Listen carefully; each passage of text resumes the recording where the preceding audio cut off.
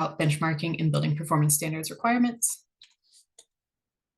A quick disclaimer, as we're still building out this program, there are things that are a little bit subject to change. Things like the compliance adjustments and stuff, we are still sort of working out how exactly those processes work so that they are equitable to folks. But large parts of the program are not going to change. We just like to put this here so you know we're still figuring out some of those finer points of the program and working through what those look like. As a quick overview of policy, the benchmarking and BPS program came about after Colorado did a greenhouse gas pollution roadmap and identified sector-based near-term actions the state could make to meet targets that were set. In the research, it was found that buildings were one of the top 5 emitters of emissions within the state. And so that's kind of why this program came to be. It came about after House Bill 2112-86 was passed, which is the Energy Performance for Buildings statute. It created sector-wide emissions reductions targets. So those sector-wide targets are 7% by 2026 and 20% by 2030 based on a 2021 energy use baseline. So all of that is published in the legislation, House Bill 2112-86, and programmatically, there isn't flexibility to change things like the 2021 baseline or sector-wide emissions targets. Giving a quick timeline to sort of walk you through what happened after that. It was signed and went into effect. It created a task force that got together. There was some stakeholder engagement. There was a lot of conversations with experts to sort of create rules and set targets. In that time, the benchmarking data from 2021 was submitted. That 2021 baseline data was used to create the targets for 2026 and 2030. And then after that, the rules were finalized in October of last year, and we started kind of trying to make those rules a bit more plain language. They are pretty dense and legal in speak, and so we've been creating technical guidance to kind of try and break it down and make it a bit more understandable for folks. There are a variety of benefits here. It does increase energy efficiency and lower emissions. It also lowers costs for energy by using less. Additionally, it helps with health of tenants having better air quality, and it increases real estate value of buildings. And this is something that's been noted sort of across the nation as more energy efficient buildings are able to sell for a higher price.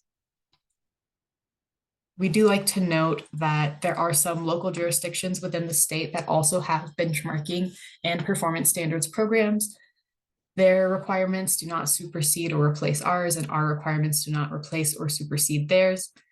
We are working hard to try and align our programs as much as possible with any local jurisdictions. We know there are some differences and distinctions. It's something we're working to make them as closely aligned as possible. There are different legislative mandates, so there are some differences that will never be completely aligned.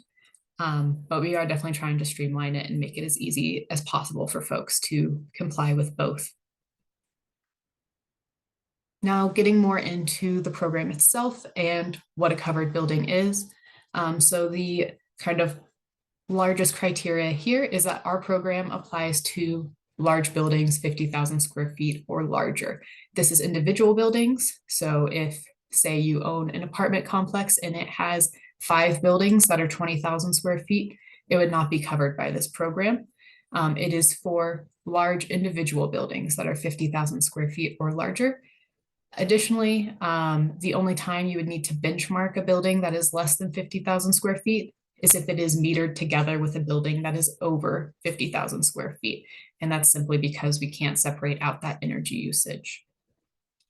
As far as the size, the definition that the state uses for gross floor area is the total area from outside surface of each exterior wall, including above grade and below grade space. So the important part about that is sort of the exterior wall to exterior wall. Public buildings, they are required to comply with benchmarking requirements. And when it comes to performance standards, there's a bit of criteria that needs to be met. The estimated cost of any renovation or construction needs to be at least $500,000 and impact at least 25% of the building's square footage. So both of those need to be met for performance standards. And then additionally, that 25% and $500,000 does not include sort of tenant finishes that don't impact energy efficiency. So things like paint and things of that nature do not count towards those criteria. An important thing to note here is it refers only to publicly owned buildings, not privately owned buildings where the tenant may be public. So it is for buildings that are owned by a public entity. And the definition for that is in our technical guidance. Similarly, for federal reporting, so we've determined that federal buildings are subject to benchmarking, but as far as BPS goes, there is a federal BPS. And while there is a federal BPS, the state just asked that federal buildings are complying with the federal performance standards. Again, this refers only to federally owned buildings, not buildings where the tenants are federal, but the building is privately owned. So program exemptions, what buildings are not in this program? Again, the biggest kind of note here is any individual building with a gross floor area that is less than 50,000 square feet, a building that is a single family home, duplex or triplex, in a building that is a storage facility, standalone parking garage, or airplane hangar. If any of those buildings meet that criteria that lack heating and cooling, they are not covered by this program. And then finally, a building where more than half of the gross floor area is dedicated to what we refer to as MAI purposes, manufacturing, agricultural, or industrial. There's a couple caveats here, and our definition is pretty specific. It is expanded on in our technical guidance. So if you think these criteria apply to you, I would definitely look at the definition to make sure. And getting into benchmarking requirements. Annually, our deadline is June 1st to submit your benchmarking. This year, we extended that deadline as we've had some technical difficulties that I know folks are aware of. So the deadline this year is August 1st to report your benchmarking. There's also an annual fee of $100 per building. Typically, that is due June 1st as well. We've extended that to August 15th this year. I know that some folks have continued to have difficulties. We're working really diligently to address fee portal problems. This year, only for building owners that didn't comply with previous benchmarking reporting deadlines, or want to update their square footage or some of these other things, you're able to make those updates easily this season and kind of validate your data. And then this is kind of mapping out those benchmarking deadlines. So January 1st of this year, benchmarking penalties did go into effect. So this is our first benchmarking season where penalties are in effect. June 1st annually is when benchmarking is due. And the note here at the bottom of the screen, this benchmarking season will close on August 1st. The annual fee will close on August 15th. And then to kind of get into penalties a little bit. So if the building owner fails to submit a benchmarking report, waiver request, or corresponding fee, they'll be considered non-compliant and subject to civil penalties of up to $500 for the first violation and up to $2,000 for each subsequent violation. For benchmarking penalties, a first violation is the first year.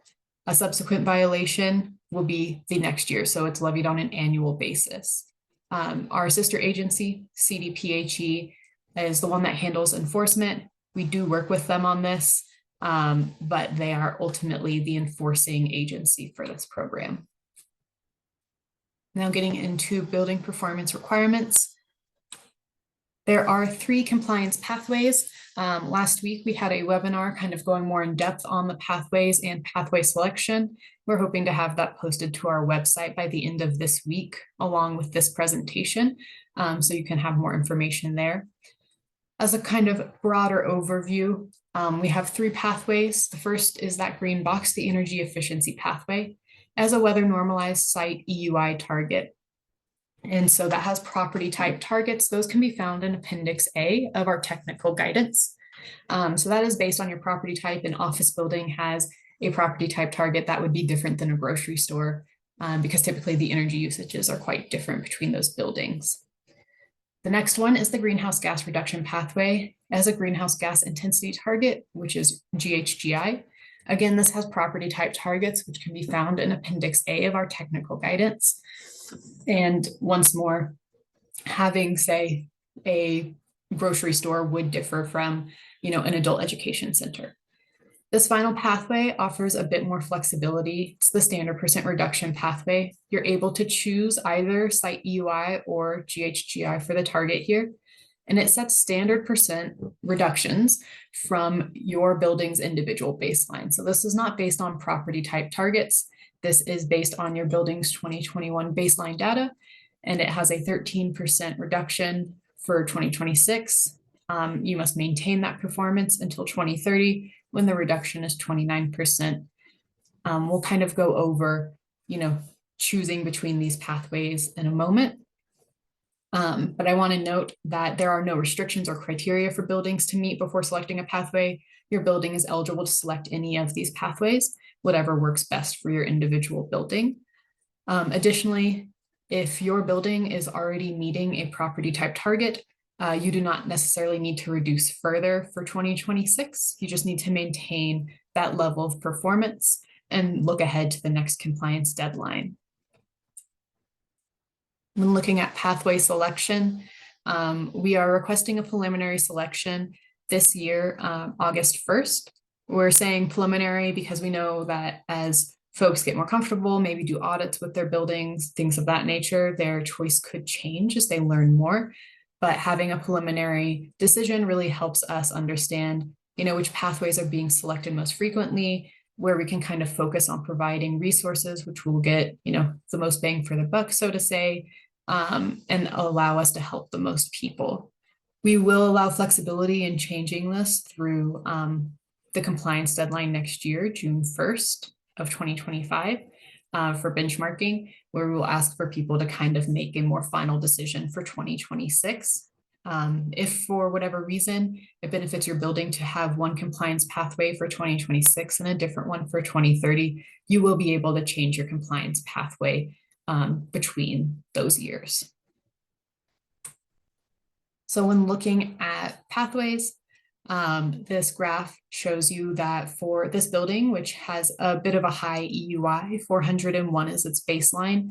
If you look at the energy efficiency pathway, that is the blue line, it is a bit steeper, targets are lower, it may be harder for them to achieve. The gray line there at the top is the standard percent reduction pathway. So if I were this building owner, I would look at this and be more likely to choose the standard percent reduction pathway, as those targets are a bit more achievable for me. However, that's not always the case for buildings that are already close or near to their property type targets. Like in this example, you can see the energy efficiency pathway is still the blue line here, and those targets are a bit easier to achieve than the standard percent reduction pathway in the gray line there. So again, it does depend on your building. We have some tools for this that I'll link out after I finish presenting. We have a pathway comparison calculator where you put in your building's property type and baseline information, and it effectively shows you what the targets would be between standard percent reduction, energy efficiency, and the greenhouse gas reduction pathways. So you can make a bit more of an informed choice there and see what may be easiest for you to achieve at your building or buildings. Getting into compliance adjustments, this is an area where we're still building out some of our guidance and the processes, but there will be two adjustment options: a standardized target adjustment and timeline adjustment.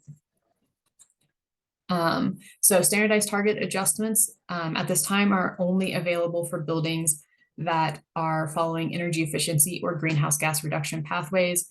If your building has selected the standard percent reduction pathway, this will not be an option for you, as that is effectively a target adjustment in itself. Timeline adjustments will be available to any compliance pathway, so anyone will be able to apply for that adjustment when the time comes.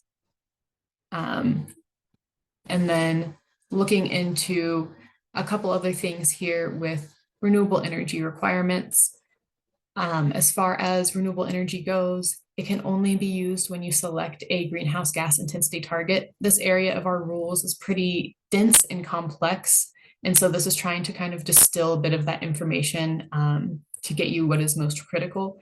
That said, our technical guidance does really expand on the renewable energy requirements and what is allowed. And I would highly recommend looking into that if you are interested in using renewable energy as a part of your compliance. So again, it can only be used by building owners when you select a greenhouse gas intensity target, whether that is standard percent reduction or whether it's the greenhouse gas reduction pathway. As long as it is a GHGI target, you're able to use renewable energy with that pathway, but it is not applicable for the energy efficiency pathway. Renewable energy can only count towards compliance if the renewable energy credits or RECs are retained or retired by the building owner. Other requirements here, and these are things that are listed in legislation and rules, is that the RECs must be located in Colorado. They must be retired in the same year that the electricity was generated. And the amount of RECs used for compliance cannot exceed the amount of energy the building annually consumes. So you cannot use more RECs than your building is using energy-wise. We have legacy systems, which will be a bit more grandfathered into the program. And so that's anything before December 31st of 2023 that was purchased or the utility interconnection request was filed. And when you are using a legacy system under this definition, you can purchase unbundled RECs, which is a little bit more flexible than the program requires otherwise. And then as far as renewable systems allowed, there are a variety that are allowed: purchase power agreements, retail distributed generation systems, community solar gardens, and other types of alternative renewable energy like geothermal or demand flexibility. If you have specific questions about your building and wanting to use renewable energy, I would first read technical guidance. I would also reach out to us and to your utility just to make sure that it will kind of fit in with compliance. I know that these are big investments, so we want to make sure that if this is a path you're going down, that it's something you'll be able to use for compliance. We are working on building out the reporting process and other forms once this reporting season wraps up. So this is an area where more information will be coming.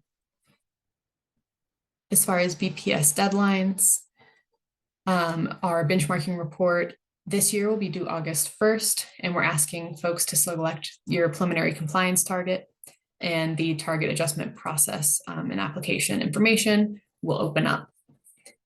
June 1st of next year, the benchmarking report is due, and that is when your final pathway selection for 2026 BPS compliance will be due. December 31st of 2025, it's the deadline for building owners to request a compliance adjustment for the 2026 reporting season. In 2026, you'll report on your 2025 benchmarking, and that's kind of our first compliance period. Going into June 1st of 2027 on that 2026 energy information. Now for BPS penalties, these differ from benchmarking penalties a bit, so I want to walk through this. So if you fail to demonstrate compliance, your first penalty, your first violation will be up to $2,000. Your subsequent violation will be up to $5,000. In this case, a subsequent violation is levied monthly, not annually.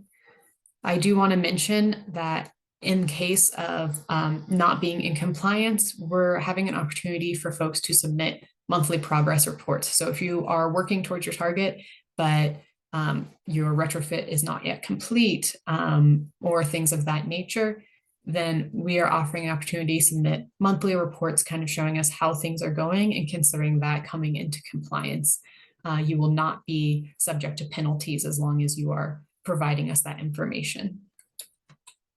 And again, this is the information. Subsequent violations will be on a monthly basis. As far as some resources to share out with folks, we're offering trainings for benchmarking process, around specific BPS requirements. We also host weekly office hours for help desk questions. People find those really helpful. It is an opportunity to talk one-on-one, face-to-face with someone who can help you with your questions. Our help center folks that run that are also real portfolio manager experts. They know the program in and out, so they can help you with a lot of program management, portfolio manager, excuse me, issues that have arisen as well. After August, we're releasing guidance on target and timeline adjustment process. Again, we want to make sure it's really equitable before we finish publishing it. And then we're releasing guidance on under-resourced buildings. In our technical guidance, we already have some resources available around retrofit tools and resources, some financing resources and contractor lists, and industry guides. Here are a couple options for financing. We definitely always recommend checking with your utility provider and going to the website, seeing what rebates are available. CPACE, commercial property assessed clean energy financing, is a great financing option for many buildings. Similarly, the Colorado Clean Energy Fund loan programs are also very helpful. Energy performance contracting is a Colorado energy offering specifically for public buildings and provides financial resources there. And then we always recommend checking the Inflation Reduction Act tax credits and incentives. The IRA has a bunch of opportunities out there to kind of save money on emissions savings projects. If there are other resources that folks have, definitely feel free to send those along. We're always trying to share out more information that hopefully helps people. I like to end with some next steps. So for this reporting season, we recommend you check your previous year's benchmarking reports to make sure that the information is accurate, including property types and square footage. We're allowing a really easy change this year, so definitely take advantage of it if anything seems off with your previous reporting. If you have not already, benchmark for the 2024 season, which is your 2023 calendar year energy data.